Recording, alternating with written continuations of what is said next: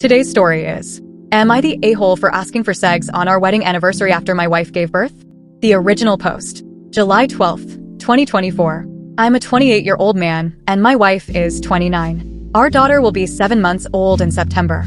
We've been together for almost 5 years and will be celebrating our second wedding anniversary soon. We live in a place surrounded by family, but they're all at least 2+ hours away. We both work full-time, so our daughter goes to daycare. We have 3 cats, and while we make ends meet, we save a bit for small adventures or emergencies. My wife has PTSD from giving birth. She's scared that having segs might lead to complications or another pregnancy. Her pregnancy was high risk, but thankfully, both she and our baby are healthy. However, our bedroom life has been a struggle for 4 years. When we first started dating, we had segs 3 to 6 times a week. I felt better than ever, physically and mentally. But then something changed. My wife had an issue during segs once, and although her OB assured us it was temporary, things never went back to normal. She switched medications for birth control, ADHD, and depression, and her libido vanished. Note, I do not remember exactly what the name of the complication was. There were a couple of complications or excuses throughout 4 years. At one point she had back surgery, at another point she had vaginal surgery, which she fully recovered in 3 weeks, and at another point, she changed her medications again. We got through all of it together, but there was still a lack of sexual intimacy all these years. Outside of recovery periods, she'd have a random excuse as to why she's not in the mood. At the end of the day, it was simple. Her libido appeared to have vanished. Note, my wife has never gotten a test for this nor seems to have any interest in doing so. For the longest time, my wife blamed her new birth control but refused to change it. We discussed our segs life with a marriage counselor, and my wife kept saying, once we get married, I can get off birth control, and my drive should come back. I asked for a couple of months of frequent segs before trying for a baby, but she always laughed or rolled her eyes. Our counselor suggested I masturbate, but it didn't help much. After we got married, we had segs twice in the 2 weeks we were off with just the 2 of us. At one point, we were stuck in a hotel during our honeymoon due to a hurricane, but she wasn't in the mood. I felt incredibly insecure. She eventually got off birth control, and our segs life improved slightly. We had segs once a month. When I asked if we could try something to boost her libido, she refused. Finally, she agreed to talk to her doctors. She changed her depression medication, and that's when her drive started coming back. We had segs about 3 times in a single month before we found out she was pregnant. It was July 2023. We were both very excited and happy to finally be having a baby. We jumped on top of each other, and it felt like we were going to have segs again. But out of nowhere, my wife rejected me, gave no reason or explanation. During her pregnancy, we had segs 3 times, once on our anniversary in September 2023 and twice in November of 2023. Since then, we haven't had segs. Not once. There were several times she teased me as if we were going to, but never did. It's been 8 long months now with no changes, and it'll be 10 months when we reach our wedding anniversary in September. Last weekend, we were on a road trip listening to the Two Hot Takes podcast. There was a story about a husband with a dead bedroom for 3 years. My wife noticed I was getting depressed and put her hand on my shoulder. After the story, she assured me she loved me but needed time to recover from her PTSD. I was frustrated as I know our bedroom has been dead for way longer than that. I had brought up I wanted us to go to counseling, but she almost immediately changed the subject. A few days later, I brought up our wedding anniversary. I was hoping that we'd possibly be able to have segs if she consented to it. My thought was us staying in a hotel room with just the 2 of us. She just says, maybe, but we have our daughter now. I asked about having one of our mothers babysit for a weekend. She said no, that's too long to be without her. I asked about a night. She said no, she doesn't want to sleep without her in the room yet. We have before, but we were in the house and one of our mothers had her with them. I then asked if we just have a few hours by ourselves in the evening when we leave to go back home to our daughter, and we just have a few hours in a hotel. She again said no. I replied, I just want to be able to be intimate with you again. I miss you so much and I want to be close to you. I'm here for you, and I know you're going through a lot and have PTSD, but I'm trying my best to try and make this work. My wife just replies, I know. Then, she will either walk away or change the subject. We've had a multitude of the same conversations in different ways for a couple of years. Every time, we're sitting down alone and having a serious conversation. My wife acknowledges my feelings but rejects my suggestions and doesn't offer alternatives. She always says one of the following. 1. I'm working on it, but never gives me an update as to what she's doing. 2. I don't want to have sex with anyone right now, which gives me chills because she says, with anyone. 3. I know, and you keep bringing it up, while trying to be polite but sounds upset. The years of rejection are starting to get to me harder than the past 4 years. I have no intention of ever leaving my wife as I love her so much, and she's my person. Sex is something that has proven to help both of our mental health when regulated. But now, I'm not sure if things will ever be like they used to, or even close. Am I the a-hole to ask for just a few hours for us to be alone to at least try to have sex on our anniversary? Here are the relevant comments to this post. Relevant comments. Commenter 1. NTA. I will ask, is the resentment you are feeling right now greater than your love for her? Honestly, with how long it's been dead, anything she says is gonna be an excuse. She has so many chances to fix it, but she doesn't want to. But of course, it'll get thrown back onto you. Wait until you hear, if only you did this or this. OOP. I wouldn't say it's resentment. I'd say I feel distant from her just only sexually. My love for her is way above it though. The intimacy would strengthen our relationship though, and life as parents would be way less stressful. Commenter 2. Honestly, I don't know what to say. You're obviously not the AH and you know it too, but really this is something she genuinely needs to properly focus on and get it checked out. This can't just be PTSD because like you mentioned, this has been happening from way before.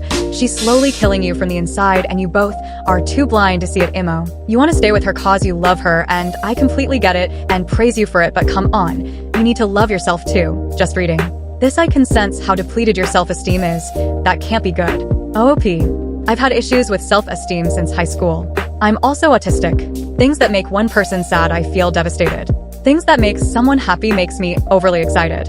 In the past, I'd masturbate or work out to let off steam. Sex with her outmatches anything that's ever helped with my depression and anxiety. It's even helped with my OCD. Since I've been without it for so long, now I'm just more on edge. When it comes to confronting people, it's very hard for me. So when my wife and I would have these conversations, it took a lot for me to get to that point where I can talk about it comfortably. Getting rejected afterwards just puts me back down. Update post, July 13th, 2024. I was shocked when I woke up this morning to so many comments. It feels great to be a part of a community with so many people. Thank you to everyone helping me through this. I have a legit update to my story, and I want to answer some questions as well. The first is actually about the first complication that happened when we were dating for about 6 months. I did some digging at my old messages and remembered she had gotten a cut inside of her from my fingernail. We didn't notice it until we were having sex, and it wasn't big enough to where it needed stitches. The medications were to prevent infection. Coincidentally, when she got the medications to prevent infection, my wife changed all her medications. They were starting to clash with each other, making her either have nausea, headaches, stomach pain, or she'd feel sadder than usual. Her psychiatrist helped her with her ADHD and depression medications, while her OB helped with her birth control. The mix of the three caused the symptoms, not the sex altercation. There were a few unfortunate times where I accidentally cut her happened again, but they all went away on their own and were very, very tiny. My wife told me it's fine, and she's content to keep going. With my eczema, I've had an issue with being very itchy pretty much my whole life. This made my fingernails over time super sharp. I have to cut them frequently just to not accidentally cut myself. My nails chip every now and then, which also doesn't help. My wife has been very loving and understanding with this issue for me and has never judged me for it. Later on, the surgery she had was a small mass. At first we thought it was cancer, but it was built-up tissue. We got it out and the recovery period was 3 weeks. My wife initiated sex the second that ended. This was all before her back surgery. Nothing else alarming or concerning after that, and no surgeries on the inside again. Now to her back surgery, she had surgery at L5-S1, spinal fusion. This caused chronic pains that come back if she does too much lifting or outserts herself. I helped her through the entire process from when her back started hurting, her surgery, and after. It was the first time she was having surgery in a hospital to where she needs to have anesthesia. She was very scared, but she brought it up to all her friends and family that she couldn't have done it without me. She was told she couldn't have sex for 6 weeks. Ironically, she kept asking for sex and I had to tell her no. The doctor was very persistent in telling us not to, as it could mess with the spinal fusion. So, I had to keep saying no. The second it was 6 weeks, she jumped on top of me. My wife had to change her medications a couple of times after this over a couple of years. She had told me she's trying to fix 3 things: being able to focus, have a higher sex drive, and be less depressed. There were ups and downs, and sometimes our bedroom was dead for months, while others not. Nothing was consistent, which neither of us liked. Getting updates didn't always happen, but she'd express that she wants to have sex, but has no drive. My intrusive thoughts interpret that as, she doesn't want me. I'd like to answer one more question before the update. Divorce isn't an option because I never want to spend the rest of my life without her. The teasing bothers me, yes. The lack of sex for months bothers me, yes. But nothing would hurt me more than to be without her. I take her out to dinner, I help whenever I can around the house, I'm always there for her and my daughter, and we cuddle at least 5 times a day, if not more. When it comes to sex, it does make this huge positive impact on our life and in our marriage. I will do whatever it takes to be with my wife and daughter for the rest of my life. Now, onto the update. I was working from home and I come sit with my wife and I pick up our daughter and sit on the couch. At first, my wife asked what I wanted for dinner. I was asking about what food we had, and she said she wasn't sure, so I checked. It dawned on me the trouble in paradise? THT episode. Be spontaneous. I told my wife, I'm going to take you out. I'd like to go on a date with you. She blushed and smiled and got very excited. We got dressed and we went out, but I didn't tell her where we were going. A couple years ago, our favorite Mexican restaurant had closed down due to a fire. It had a special meaning for us. It was the first place we had dinner when we moved in together. The restaurant had just reopened, and I took her there as a surprise. We had a lot of fun. We drank, we ate, and more importantly, queso. We had a chance to talk about sex. My wife brought it up first. She said she wanted to give me an update, saying she's starting to feel a little something again, but usually goes away when the baby cries. Our daughter is actually very chill, and we co-parent extremely well. My wife talks about me in public all the time, and so do even strangers. I get compliments about how great I'm doing, when in reality, I have no idea what I'm doing. Anyways, I told her I had made a decision about the vasectomy and how I want to go through with it. She asked if I was sure, and that I don't feel like she's forcing me to. I said she's not.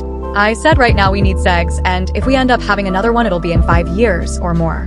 She asked if I'm sure, as there's a chance it won't be reversible. I told her that it's okay if it doesn't, because we will find a way to have another one if we're financially able to. We have a plan. I have a doctor picked out, and my insurance looks like it's covering most of it and within our budget. As for timing, we're looking for ASAP. Thank you again for all your comments and your help. I hope I get to hear my story on 2 Hot Takes. If I get messaged during their recording session, I'll reply back to their DMs if I'm available. I'm a huge fan and can't wait to see what happens. Relevant comments to this update. OOP on how long it has been since his wife has given birth when they had sex. OOP, it's been 5 months since giving birth, 8 months since we had sex. Anniversary is in 2 months. From what I read online, it's common to not desire sex for at least a year since giving birth. It's a traumatic experience, and I get that. I'm not going to force her to have sex on our anniversary, but I do want to. All I can do is help her through this and wait till she's comfortable again. Commenter. Dude, don't just cut your nails. File them down so they aren't sharp. And use lotion when not engaging in fingering so your skin is softer. And even wear disposable gloves if your skin is really rough. You don't want to expose her to numerous cuts and abrasions because over time that can introduce bacteria resulting in more infections. So there you go. If you are still with me, do like and comment if the OOP is an a-hole for this or not the a-hole. Don't forget to subscribe so you don't miss out the latest post from us. Also, follow us on our Insta at Vegetable Pie for daily stories. Till then, see you on the next one.